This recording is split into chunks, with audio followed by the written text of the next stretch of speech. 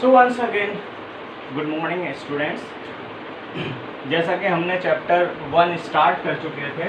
Chapter का नाम reproduction in organisms.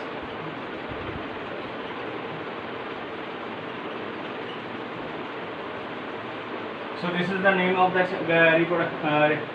Chapter 1, और जिसमें हमने लास्ट वीडियो में हमने जो डिस्कशन किया था कि लाइफ स्पैन क्या होता है। लाइफ स्पैन के बारे में हमने लंबा डिस्कशन किया था। प्लांट में 3 टाइप के लाइफ स्पैन होते हैं, annual, biennial and perennial life span. उसके बाद हमने डिस्कशन किया था कि क्या रिप्रोडक्शन कितने टाइप का क्या होता है। सबसे पहले तो ये डिस्कशन किया था, और उसके बाद कितने टाइप का होता है, सेक्सुअल और एसेक्सुअल रिप्रोडक्शन होता है। एंड इन दोनों के डिफरेंसेस हमने 8 पॉइंट हमने डिस्कस किए थे। सो आज हम जो डिस्कस करने जा रहे हैं that is the topic asexual reproduction.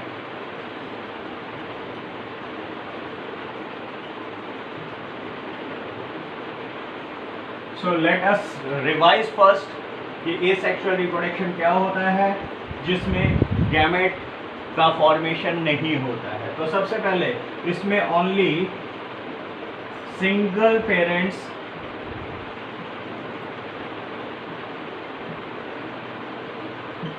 Participation,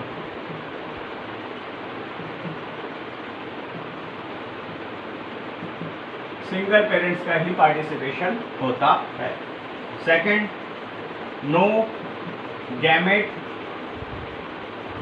formation,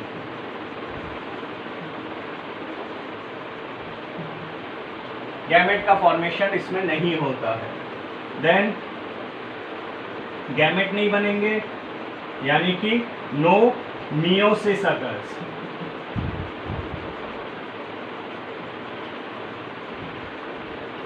इसमें मियोसिस नहीं होता है, ओनली माइटोसिस।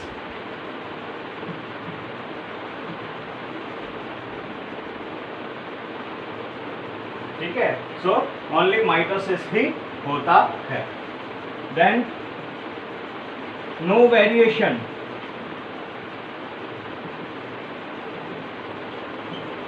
इसमें प्रोगेनी जो बनता है वो वेरिएशन, उसमें वेरिएशन नहीं होता है। Same to same copy of parents होता है। सो पेरेंट्स के जैसा ही होता है, जिसको हम क्लोनिंग कहते हैं। क्लोनिंग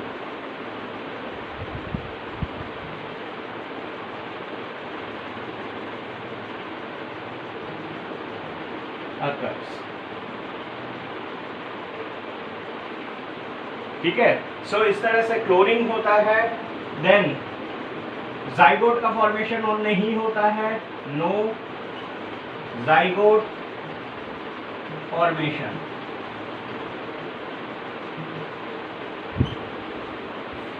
तो जाइगोट का कोई फॉर्मेशन नहीं हो पाता है। Then fast process, it is the fast process, right? So इस तरह से हम देख सकते हैं कि एसेक्सुअल रिप्रोडक्शन जिसमें कोई गैमेट का फॉर्मेशन नहीं होता है, सिंगल पेरेंट्स ही पार्टिसिपेट करते हैं। सिंगल पेरेंट्स जो है, एक ही पेरेंट्स जो है वो पार्टिसिपेट करता है, और उसमें सेल डिवीजन होता है। वो गैमेट का फॉर्मेशन नहीं करता, क्योंकि मियोसिस नहीं होता है, ओनली माइटोसिस ही होता है। एंड जब मियोसिस नहीं होता है, गैमेट का कोई फ्यूजन नहीं होता है, यानी एक पॉइंट क्या रहेगा हमारा, नो फर्टिलाइजेशन आता है।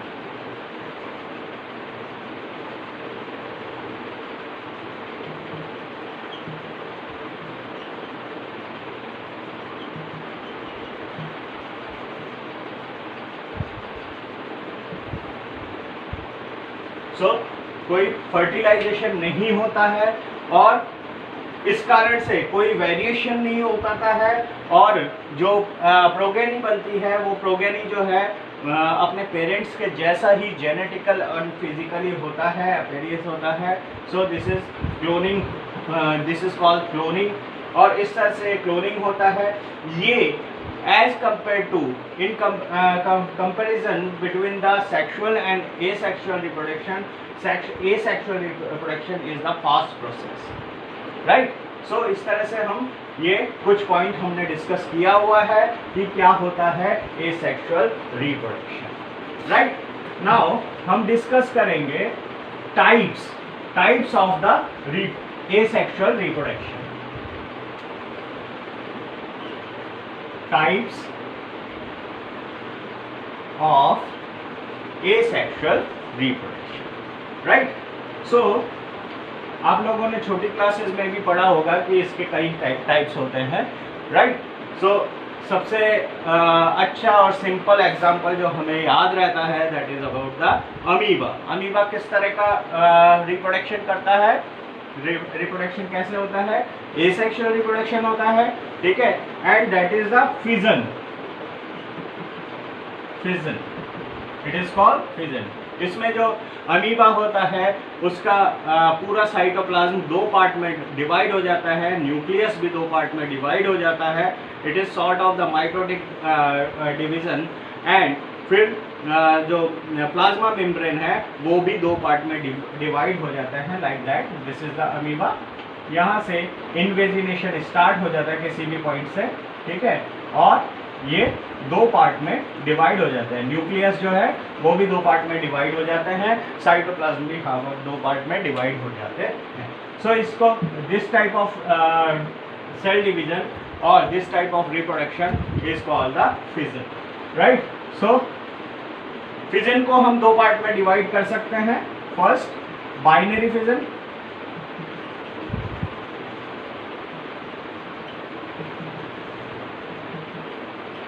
And second multiple fission,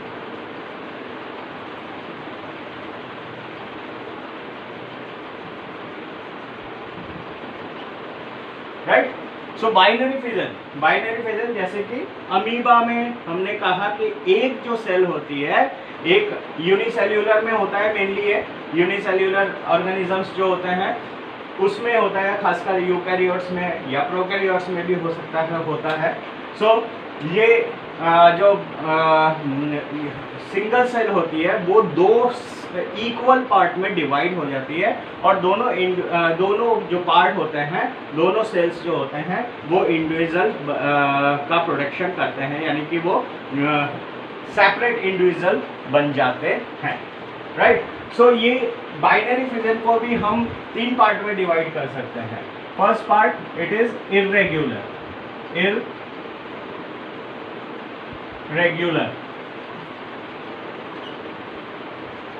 binary fission, right. So irregular binary fission ये बेसिकली किस में पाया जाता है, अमीबा में। अमीबा जो है इसका कोई बॉडी स्ट्रक्चर फिक्स नहीं होता है, इर्रेगुलर होता है, तो वो किसी भी पार्ट से दो इक्वल हाफ में डिवाइड हो जाता है, right. So this is called the irregular binary fission. Example is amoeba,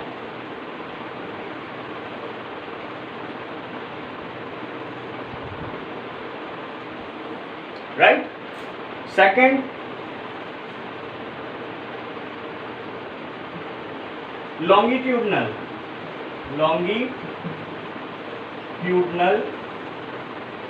binary fission.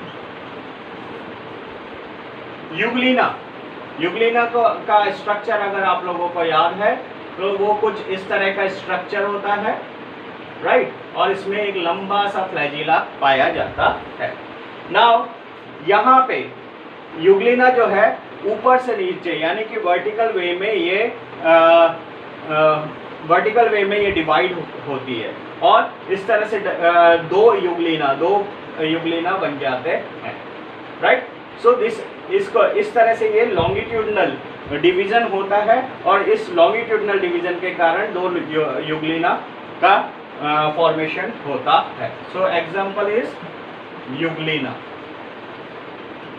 ये आपके एनसीईआरटी में नहीं है but these are the questions of the NEET और कई ऐसे एग्जाम्स हैं जिनमें ये पूछे जा सकते हैं कि लॉन्गिट्यूडनल इनमें से किसमें होता है, अमीबा में होता है या यूग्लिना में होता है या पैरामीशियम में होता है। तो यूग्लिना इसका आंसर है लॉन्गिट्यूडनल का। इर्रेगुलर जो है वो अमीबा में पाया जाता है।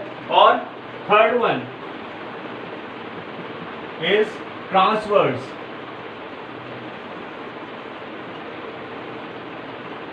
Binary fission, transverse binary fission. This is found in the paramecium. Paramecium का अगर आप लोगों को स्ट्रक्चर याद है, it is called the sleeper animalcule.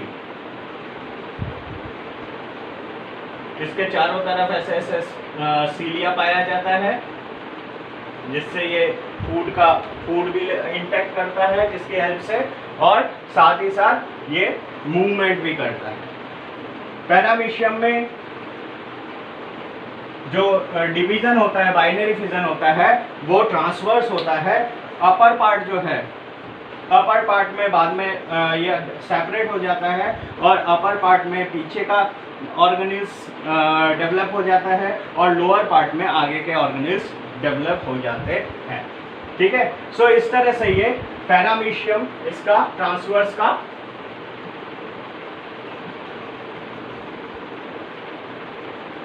Example होता है, ट्रांसवर्स बाइनरी।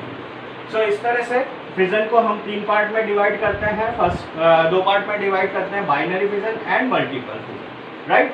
बाइनरी फिजन को हम तीन पार्ट में डिवाइड कर सकते हैं, इर्रेगुलर जिसका एग्जांपल अमीबा होता है, लॉन्गिट्यूडनल बाइनरी फिजन जिसका एग्जांपल यूग्लिना होता है, एंड ट्रांसवर्स बाइनरी फिजन जिसका एग्जांपल पैरामीशियम होता है। पैरामीशियम के अलावा प्लानेरिया भी इसका एग्जांपल होता है। मल्टीपल फिजन में का एग्जांपल जो है that is Entamoeba.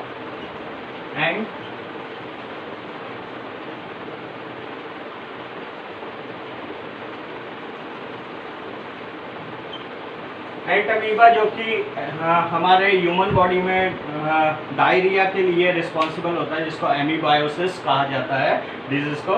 So Entamoeba जो है मल्टीपल फिजन से रिप्रोडक्शन करता है। इसमें क्या होता है, जो एंटमीबा की बॉडी होती है, मदर बॉडी होती है, उसके अंदर कई सारे एंटमीबा बन जाते हैं, यानी साइटोप्लाज्म जो है वो न्यूक्लियस भी पहले न्यूक्लियस टूट जाते हैं, डिवाइड हो जाते हैं और न्यूक्लियस के चारों तरफ बहुत सारे साइटोप्लाज्म जो है वो सराउंडेड हो जाते हैं। इस तरह से एक मदर बॉडी में बहुत सारे एंटमीबा बन जाते हैं। उसके बाद मदर बॉडी जो है वो टूट जाती है और ये एंटमीबा जो है वो बाहर आ जाते हैं, जो प्रोगेनी एंटमीबा है बाहर आ जाते हैं और ये थोड़ी ईच जो प्रोगेनी एंटमीबा है ये इंडिविजुअल एंटमीबा बनते हैं, राइट। सो इस तरह से ये मल्टीपल फिजन का एग्जांपल एंटमीबा होता, राइट।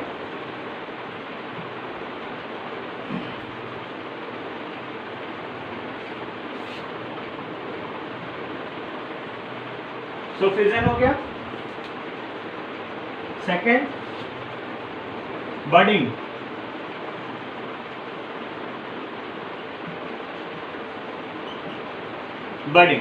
बडिंग किसे कहेंगे? बडिंग कहा जाता है जब कोई ऑर्गेनिज्म है, उस ऑर्गेनिज्म में उसकी बॉडी के किसी पार्ट से न्यू इंडिविजुअल का फॉर्मेशन होने लग जाता है। जैसे कि hydra, example is hydra and yeast. Hydra and yeast. Hydra में अगर हम देखते हैं तो इसका स्ट्रक्चर कुछ इस तरह का होता है।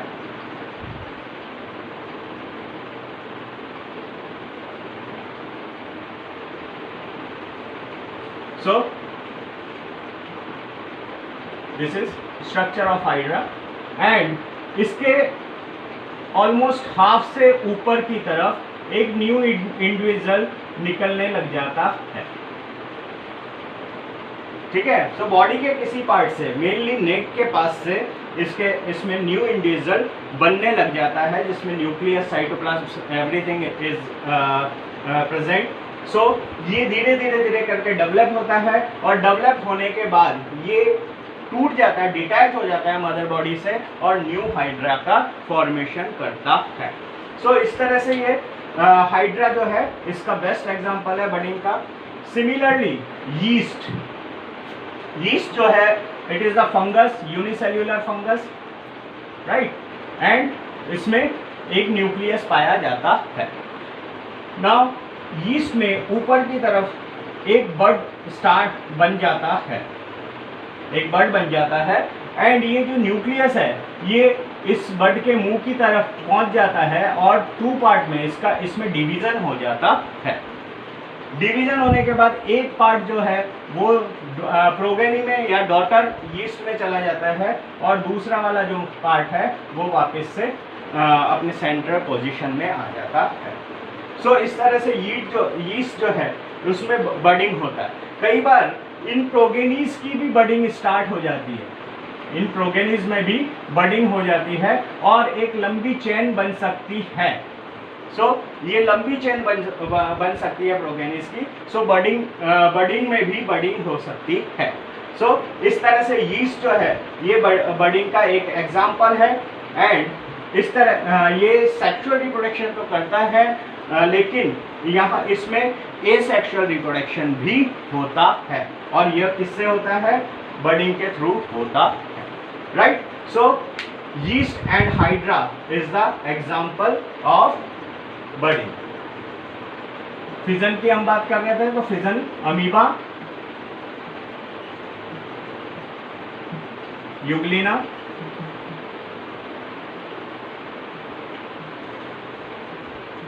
पैरामीशियम,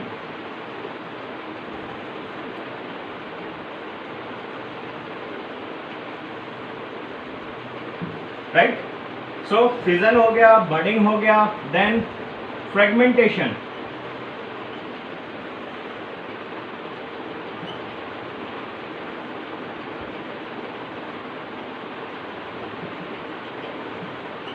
फ्रेगमेंटेशन यानी कि जो बॉडी पार्ट है, ऑर्गेनिज्म की बॉडी पार्ट है, वो किसी कारण से टूट जाती है, और टूटने के बाद जो फ्रेगमेंट्स होते हैं, उसके टुकड़े होते हैं, वो फ्रेगमेंट्स न्यू इंडिविजुअल का फॉर्मेशन करती है, ठीक है। एग्जाम्पल इसमें कई एल्गीज होते हैं, यूनिसेल्युलर एल्गीज, जैसे कि यूलोथ्रिक्स वगैरह है। अगर ये टूट जाते हैं तो इसके ईच जो फ्रेगमेंट्स होते हैं वो न्यू इंडिविजुअल में कन्वर्ट हो जाते हैं, ठीक है। एल्गी हो गए। फंगस, कई ऐसे फंगस हैं जिनके हाइफास टूट जाते हैं, और हाइफास जब टूट जाते हैं तो न्यू फंगस का फॉर्मेशन करते हैं। कुछ एनिमल्स भी हैं, जैसे कि कुछ प्रोटोजोआ है, जैसे कि प्लैनेरिया। प्लैनेरिया ये एक प्रोटोजोआ है। यहाँ पे हमने बात की थी कि फिजन होता है, फिजन के अलावा इसमें फ्रेगमेंटेशन भी होता है। ट्रांसवर्स फिजन के अलावा ये कुछ इस तरह का स्ट्रक्चर होता है, छोटा सा होता है, एंड ये जो नीचे वाला पार्ट है ये सबस्ट्रेटम से चिपक जाता है। जब ये चिपक जाता है तो प्लैनेरिया अपनी बॉडी को खींचता है, और खींचने से ये दो पार्ट में डिवाइड हो जाता है, दो पार्ट में डिवाइड हो जाता है। ऊपर वाला जो पार्ट है उसमें नीचे वाला ऑर्गेनिज्म जो है वो डेवलप हो जाते हैं, और नीचे वाले पार्ट में ऊपर वाले ऑर्गेनिज्म डेवलप हो जाते हैं, और दो नए प्लैनेरिया का फॉर्मेशन होता है। सो इस तरह से ये फ्रेगमेंटेशन का एग्जाम्पल एल्गीज होता है, फंगस होता है, प्लैनेरिया होता है। एक होता है रीजेनरेशन।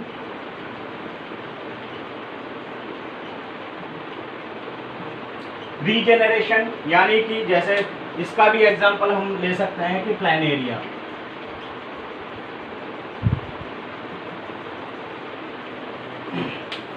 रीजेनरेशन का मतलब क्या होता है कि कोई भी पार्ट अगर टूट जाता है तो वो वापस से डेवलप हो जाता है। जैसे कि अगर हमने कई बार देखा है कि छिपकली को या लिजर्ड को, जो वॉल लिजर्ड्स होते हैं, उनको हम छेड़ते हैं तो उसको अगर इनसिक्योरिटी फील होती है तो वो अपने पूंछ को तोड़ के फेंक जाती है और वो पूंछ हिलती रहती है और हमारा ध्यान डिस्ट्रैक्ट होता है और वो भाग जाती है। सो कुछ टाइम बाद उसके फिर से नई पूंछ टेल आने लग जाती है। This is called the regeneration. इसी तरह से अगर हम हमारा पार्ट जो है स्टारफिश का जो पॉड होता है, पैड होता है, वो भी अगर टूट जाता है, या ऑक्टोपस का पैड होता है वो भी अगर टूट जाता है तो उसमें वो फिर से डेवलप हो जाता है। हमारा अगर लिवर है, लिवर की अगर हम बात करते हैं तो लिवर अगर टूट जाता है, अगर हम अपने लिवर को डोनेट कर देते हैं, कुछ पार्ट उसका डोनेट कर देते हैं और तो वो कुछ टाइम बाद फिर से अपनी रिकवरी कर लेता है। सो इस तरह से ये रीजनरेशन कहलाता है।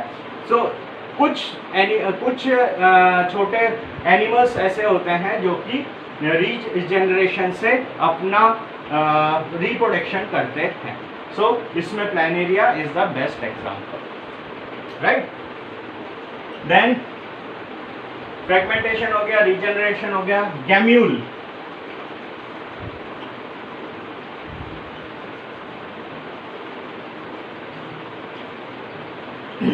गैम्यूल फॉर्मेशन, इसका सबसे बेस्ट एग्जांपल है स्पंज।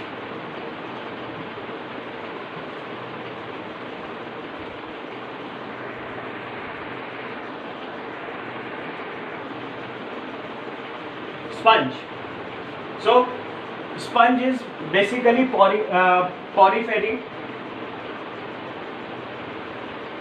and जो स्पंज है, स्पंज कुछ अपनी बॉडी में या उसके सेल्स के अंदर जो साइटोप्लाज्म है वो कलेक्टेड हो जाते हैं और कई पार्ट में कलेक्टेड हो जाते हैं।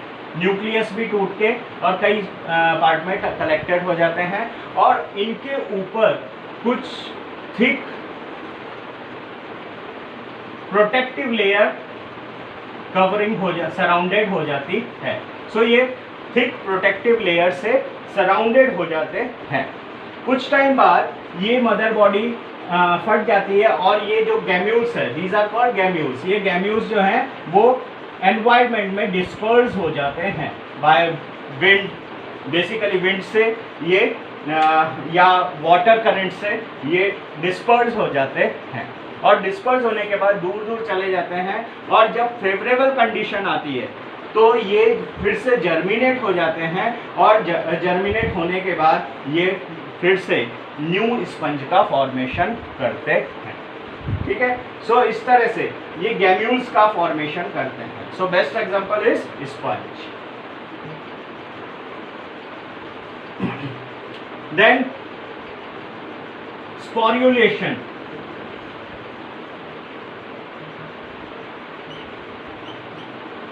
स्पोरुलेशन स्पोर का formation. Now what is spore? Spore basically जब अनफेवरेबल कंडीशन होते हैं, कई ऐसे ऑर्गेनिजम्स हैं जिसमें प्लांट्स भी आ जाते हैं, फंगस आ जाते हैं, मेनली फंगस इसमें बहुत ज़्यादा इस तरह से रिप्रोडक्शन करते हैं। ये बेसिकली अनफेवरेबल कंडीशन में स्पोर्स का फॉर्मेशन करते हैं, यानी कि मदर बॉडी के अंदर जो न्यूक्लियस है वो कई पार्ट में टूट जाते हैं और ये अलग अलग पार्ट्स बना लेते हैं और ये फिर प्रोटेक्टिव थिक लेयर्स में, थिक प्रोटेक्टिव लेयर्स के में से चारों तरफ सराउंडेड हो जाते हैं, जिसको स्पोर्स कहा जाता है। और ये स्पोर्स फिर विंड के थ्रू ये स्पोर्स जो है डिस्पर्स हो जाते हैं और जब फेवरेबल कंडीशन आती है तो ये फिर से जर्मिनेट हो जाते हैं। सो किस तरह से, जैसे कि ये सेल है, suppose this is a fungus, any fungus, and ये इसके बॉडी के चारों तरफ न्यूक्लियस डिवाइड हो जाते हैं और न्यूक्लियस डिवाइड होने के बाद इसमें बहुत सारे साइटोप्लाज्म जो है वो कई पार्ट में डिवाइड हो जाते हैं, न्यूक्लियस के चारों तरफ सराउंडेड हो जाते हैं और न्यू थिक प्रोटेक्टिव लेयर से सराउंडेड हो जाते हैं। उसके बाद ये मदर बॉडी जो है वो डिस्पर्स हो जाती है, ये डिजेनरेट हो जाती है, और ये प्रोगेनी जो है, प्रोगेनी स्पोर्स जो है ये डिस्पर्स हो जाते हैं, जगह जगह पे पहुंच जाते हैं, अलग अलग जगह पे पहुंच जाते हैं। और इस तरह से फिर ये जब फेवरेबल कंडीशन होती है, मॉइस्चर होता है, वार्म सिचुएशंस होते हैं, तो उस समय ये जर्मिनेट हो जाते हैं, हाइफा का फॉर्मेशन करते हैं। So this is called the sporulation. So fungus में मेनली इस तरह के स्पोर्स बनते हैं, अलग अलग स्पोर्स, जैसे कि कॉनिडिया स्पोर्स, ये पेनिसिलियम में होता है, कॉनिडिया होता है, एक हाइफा होता है जिसको कोनेडियोफोर कहते हैं। कोनेडियोफोर के ऊपर की तरफ कुछ कोनेडियाज बनते हैं, और इन कोनेडियाज से के ऊपर की तरफ स्पोर्स का फॉर्मेशन होता है, और ये फिर डिस्पर्स होते जाते हैं। सो कोनेडियो स्पोर्स है, ओइडियो,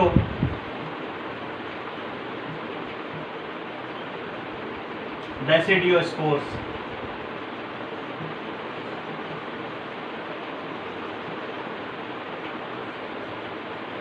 एक्सेट्रा। सो कई तरह के स्पोर्स का फॉर्मेशन होता है। So fission, budding, fragmentation, regeneration, gemmule formation, sporulation. So ये कुछ मेथड है। एक बहुत ही इम्पॉर्टेंट मेथड जो कि नेचुरल मेथड जो प्लांट्स में पाया जाता है ओनली, दिस इज, ये मैं रब कर रहा हूँ और उसके बारे में हम डिस्कस करेंगे individually.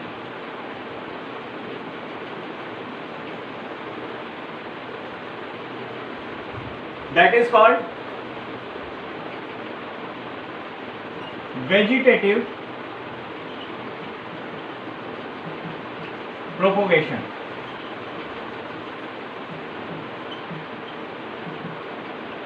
Vegetative propagation or vegetative reproduction, right? So what is vegetative propagation? जैसा कि अगर हम प्लांट्स के बारे में जानते हैं कि प्लांट्स किस तरह से जर्मिनेट होता है, तो जर्मिनेट कैसे होता है? सीड होती है, सपोज हम एक ग्राम सीड लेते हैं। सो सीड होता है, उसके 2 कॉटलीडन या सिंगल कॉटलीडन होता है। अगर ग्राम सीड है तो वो 2 कॉटलीडन होता है, और उसमें बीच में जो पार्ट होता है that is called the embryo axis.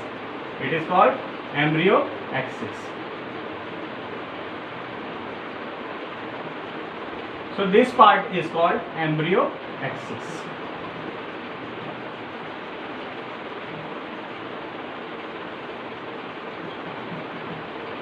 इस एम्ब्रियो एक्सिस के ऊपर का जो पार्ट होता है this is called plumule.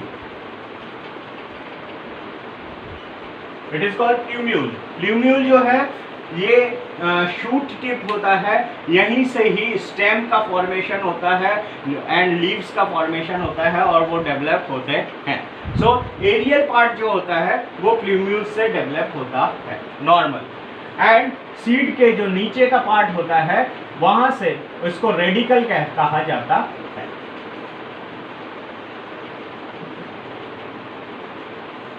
So radical का डेवलपमेंट जो है वो रूट्स में होता है, यानी ये प्राइमरी रूट्स बनते हैं, फिर सेकेंडरी रूट्स, फिर टर्शरी रूट्स, और फिर रूट हेयर, इस तरह से ये रूट का डेवलपमेंट होता है, right? So this is the normal creation or normal process of the creation of development of the plants, right?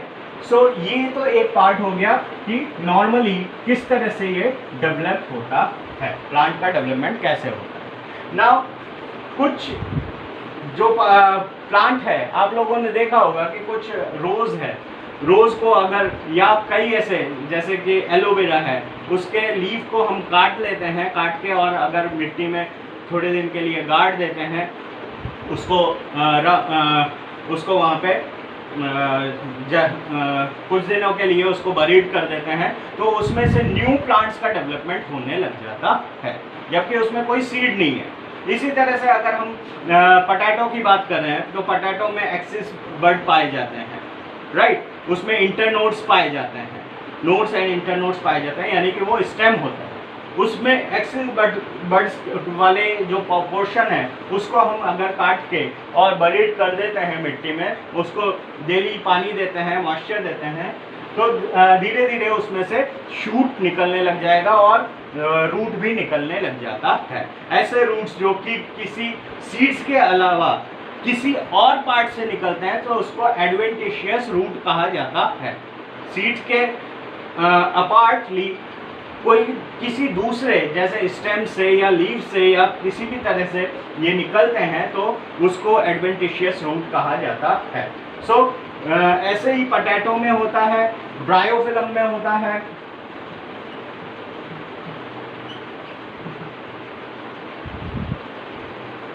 Bryophyllum में लीफ जो होती है, लीफ के एक्सिस पे कुछ एडवेंटिशियस रूट्स निकलने लग जाता है और उसके ऊपर छोटे छोटे शूट्स निकल जाते हैं, लीव्स एंड स्टेम्स निकलने लग जाते हैं। जब ये होल लीफ जो है ये टूट के गिरता है और जब ये डेसिडियस हो जाता है, टूट के गिरता है मिट्टी में, तो मिट्टी में ये जो एडवेंटिशियस रूट है वो सॉइल के अंदर चला जाता है और वहाँ से न्यूट्रिशन लेने लग जाता है और इस तरह से न्यू इंडिविजुअल का फॉर्मेशन करता है। ठीक है, सो इस तरह से ये ब्रायोफिलम है, ये लीफ से इसका डेवलपमेंट होता है, राइट। पोटैटो की हमने बात की, it is the stem and stem से इसका डेवलपमेंट होता है। ठीक है, और कई इस तरह के आप एलोवेरा है, एलोवेरा के लीफ को काट के लगा देते हैं तो उससे डेवलपमेंट होता है। इसी तरह से ग्रासेस में आपने देखा होगा कि जो स्टेम होता है उसके हर एवरी इंटरनोड से एडवेंटिशियस रूट निकलते हैं। इस तरह से ये इंटरनोड्स हैं एंड इंटरनोड से छोटे छोटे एडवेंटिशियस नोड से एडवेंटिशियस रूट निकलते हैं एंड यहाँ पे लीफ भी निकलते हैं। सो ये कंटिन्यूस वे में चलता रहता है, इस तरह से ये कंटिन्यूस चलता रहता है और this is called the runner, it is called runner. So ये इसके सरफेस पे जो सरफेस एरिया है, सरफेस एरिया में, सॉइल के सरफेस एरिया में ये इस तरह से बढ़ते जाते हैं और जब ये टूट जाते हैं तो न्यू इंडिविजुअल का फॉर्मेशन करते हैं। सिमिलरली हम बनाना के में देखें तो उसमें राइजोम फॉर्मेशन होता है, यानी कि ये स्टेम है, ये सॉइल के अंदर चला जाता है और यहाँ का जो लास्ट का जो इंटरनोड होता है यहाँ से एक ऑब्लिकली सेकेंड शूट का फॉर्मेशन होता है। ठीक है, और सॉइल के सरफेस में पहुंचने के बाद ये वर्टिकली न्यू इंडिविजुअल का फॉर्मेशन करते हैं, यहाँ से एडवेंटिशियस रूट निकल जाता है एंड इस तरह से ये न्यू इंडिविजुअल का फॉर्मेशन करते हैं। राइजोम जो है वो टूट जाता है और ये न्यू बनाना ट्री का फॉर्मेशन करता है। This is called rhizome.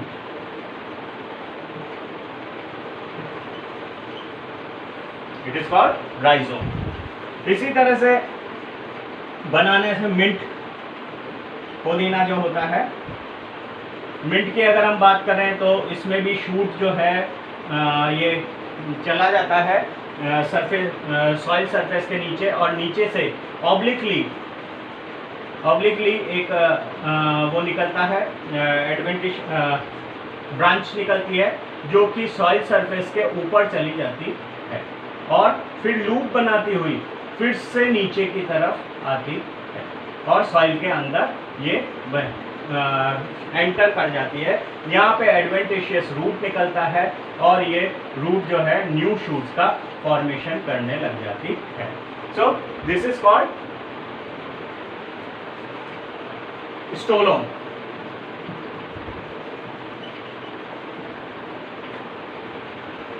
Right, so इस तरह से ये वेजिटेटिव प्रोपोगेशन से बहुत टाइप के वेजिटेटिव प्रोपोगेशन होता है जो कि रूट्स में से लेकर और लीव्स तक कई तरह के वेजिटेटिव प्रोपोगेशंस होते हैं। राइट, इसका बहुत एक अच्छा एग्जाम्पल जो कि आप लोगों के एनसीईआरटी में भी दिया हुआ है and this example is offset formation.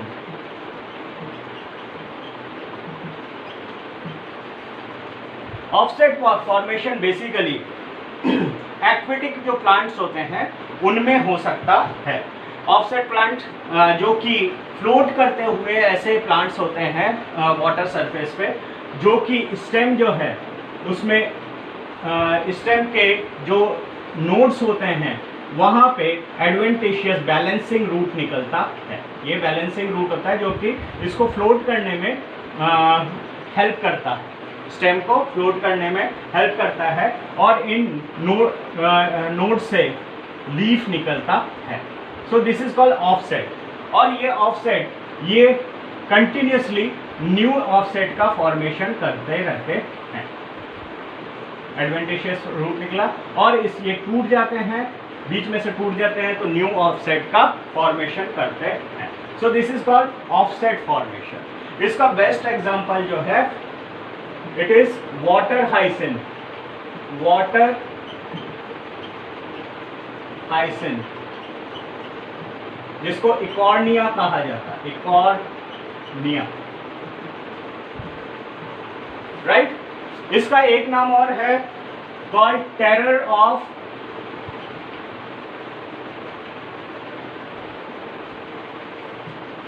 Bengal.